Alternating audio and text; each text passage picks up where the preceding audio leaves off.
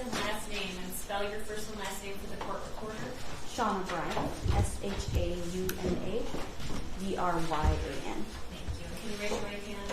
Do you solemnly swear or affirm that any testimony you give in this matter will be the truth, the whole truth, and nothing but the truth, so help you God? Yes, sir. Thank you. Good morning, Doctor. Good morning. If you could tell us how you're currently employed. I'm the Deputy Chief Medical Examiner for Oakland County. Okay. And how long have you been a medical examiner? For Oakland County, approximately 5 years. Have you had any experience prior to that? Yes, in fellowship. I did a 1-year fellowship in Denver, Colorado. And have you testified in courts before? Yes, I have. And can you tell us basically what the duties of a medical examiner are when it comes to performing an autopsy? Sure. The medical examiner is there to perform medical legal autopsies, that meaning cause and manner of death. We take evidence and investigate cases and do as such, and then print reports. Okay. And how many autopsies would you say you've done at this point in time? Maybe a couple thousand. And have you been qualified as an expert in the courts of Michigan? Yes, I have. How many times would you say you've been qualified as an expert in the courts of Michigan or any other jurisdiction? Maybe around 10. And your expertise is in forensic pathology? Yes, it is. Your Honor, the people would tender this witness as an expert in the field of forensic pathology. Any objections? No objection. No, you don't have an objection. For the purpose of the preliminary exam. Thank you. This witness is admitted as an expert in that field. Thank you, Judge. I'm going to direct your attention back to October 12th of this year. Were you working as a medical examiner that day? Yes, I was. And were you assigned the responsibilities of doing an autopsy for an individual named Hussein Murray? Yes, I was. And was that case assigned a separate, distinct autopsy number for Oakland County's records? Yes. And was that number 246922? Yes, it is. When you first conducted an autopsy, do you do observations of how the decedent has come in? Yes. And can you recall how you remember seeing the decedent for the first time when he came in? He came in fully clothed. Just it hadn't been touched from the scene. Whatever was there on the scene, that's how he came in. Okay. And what did you notice that was distinct and unusual about when he came in? He had duct tape around his face, covering his mouth. He had duct tape around his hands and feet, also zip ties around his hands, and paper bags covering his hands. And he was fully clothed, had blood on him. And just while he was still clothed and had not been cleaned up, was there any evidence of injury that you could see? There was just blood on him at that point. And your findings you end up placing into an autopsy report, is that correct? Yes, I do. I'm going to show you what's been marked as People's Exhibit number 2.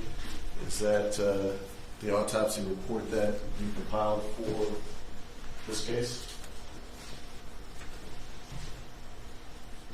Yes, it is.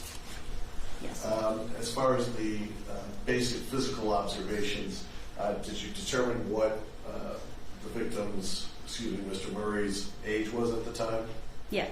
And how old was he? It's approximately, he came in and he looked the age of 72 years old. Did you determine a weight? Yes. And what was his weight? I could refer to. Yes, if that helps refresh. Yes, we do weigh everyone who comes in, and he is 295 pounds. And did you determine a height? Yes. And what was the height determination? 72 inches. After that, did you start looking for evidence of injury? Yes. And can you tell us, when you were looking at Mr. Murray's head, what you noticed as far as evidence of injury? So evidence of injury is a lot blunt force injury to the head, which are contusions, bruisings to the face, lacerations around the jaw, around the left side of the scalp and the back of the scalp, and he had fractures of his bone. Okay, and which bones were fractured? The jaw. The jawbone. Okay. I'm going to show you what's been marked as exhibit number 2A. Ask you if you recognize that as the number designating this case for your records. Yes, that's it. I'll show you what's been marked as exhibit 2B. Do you recognize 2B? Yes. Can you tell us what 2B is? That's a photograph, unwashed, of Mr. Murray. I'm going to show you what's been marked as 2C. Do you recognize that photograph? Yes, it's a photograph of the top of his body with his hands tied. I'm going to show you what's been marked as exhibit 2D. Do you recognize that? Yes, that's a facial shot of Mr. Murray after he's been cleaned. I'll show you what's been marked as 2E. Do you recognize 2E?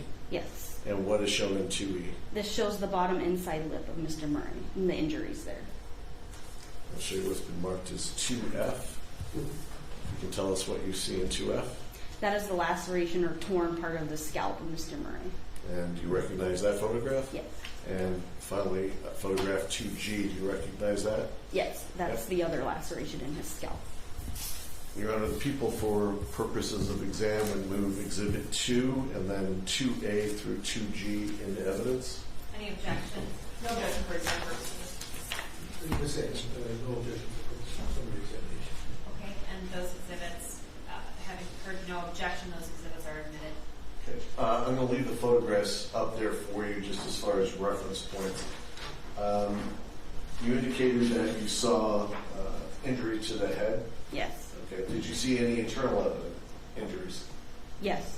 And what were the internal injuries that you saw? In the head, when we open the scalp, we reflect it back, and they call it subcutaneous hemorrhage. He had diffuse hemorrhage all over the scalp, and there's two muscles here that are also under the scalp that had hemorrhage in them, or bleeding. Did you notice any fractures internally? Not other than his jawbone, no. Okay. What about the neck area? Did you examine the neck area? Yes, I did. And can you tell us what injuries you observed, if any, at the neck area? On the neck, he has diffuse bruising from the jaw going down to about the collarbones and abrasions underneath all of what we call the strap muscles in the neck that connect certain bones to the head so you can move your neck. There's hemorrhage and all of that, bleeding. Underneath that, there's something called the hyoid bone, which is a U-shaped bone that sits high up in the throat. Both sides of these bones are fractured. Okay. Had you ever seen crushing like that before? I have in other cases, yes. Okay. And what kind of force or pressure does it take to do that? The kind of force and pressure it takes is something specifically on the neck, which is why I list neck compression as the cause of death. It's something like a strangulation in your hands or your foot or your knee or some kind of object specifically placed on the neck and crushing it. That's the force it takes to break that bone. Okay. The photographs that you've identified, there's some injuries to the top of the skull. How would you say that was done by blunt force trauma? Yes, that's blunt force trauma. Is that consistent with using an object to create that injury? Yes. Is that consistent with using the butt of a gun to create that injury? Yes. For the cause of death, what did you determine the cause of death was? Neck compression. Okay, and when you're talking about neck compression, how long would it take for that compression to last to cause death? It depends on the state of the person. He's tied up. He's older.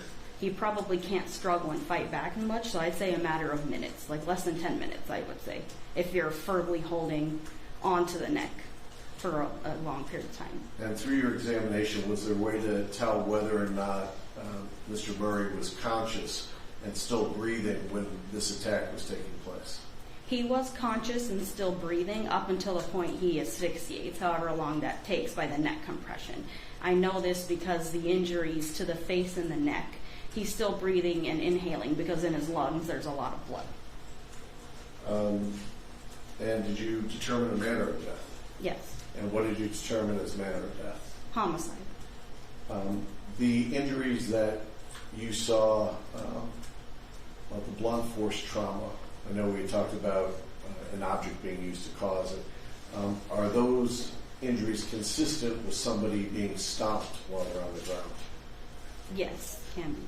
Is there anything inconsistent from what you saw with somebody being stomped on the ground? No.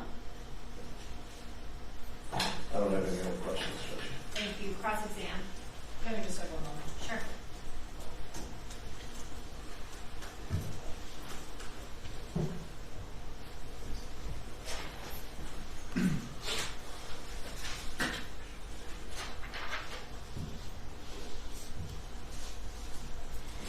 Good morning. Right.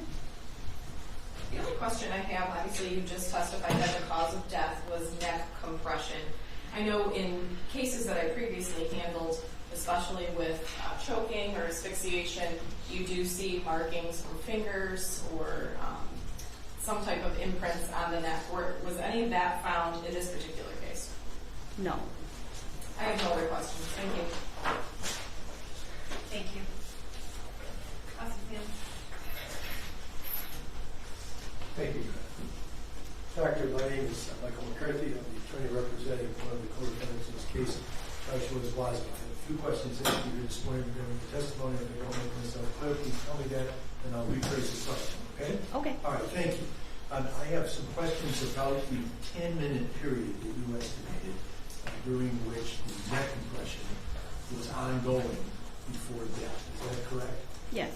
And so how is it that you're able to make that estimate of time that it would take 10 minutes for the decedent to have actually died? I don't know specifically that it took him that. I'm saying if you're unable to fight or you're unconscious for some reason and somebody's holding a pressure to your neck, it's not going to take much time to die from that and asphyxia.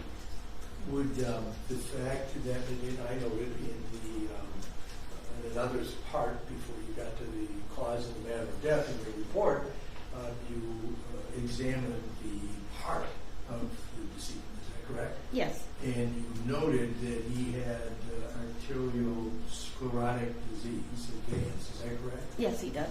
And so that puts a person, and this is a man who is 72 years of age, in a compromised physical condition, correct? So that type of heart trouble? Yes, but he also had bypass grafts that were pain. Well, I understand that. In fact, I think there was 3 bypasses that you noted in the autopsy Yes. protocol, correct? But the bypasses didn't cure the arteriosclerotic disease because you noted that as well.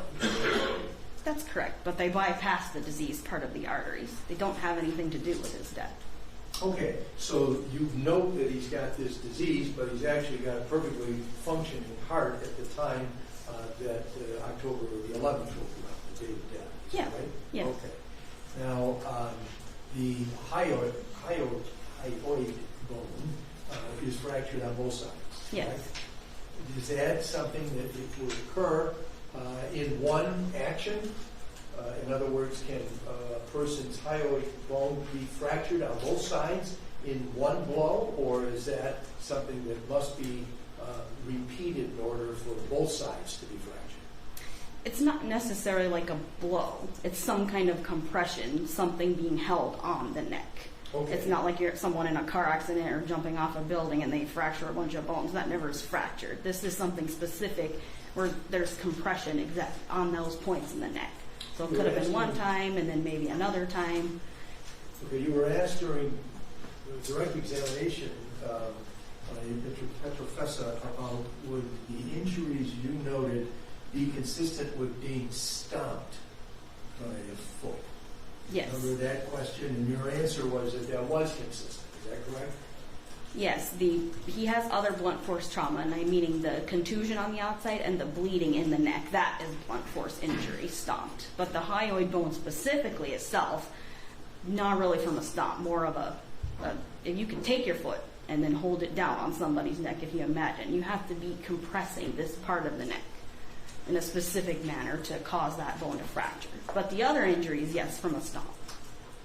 And if a person of great size were to press their foot on someone's hyoid bone, on their neck, consistently, would that accomplish what you've just testified?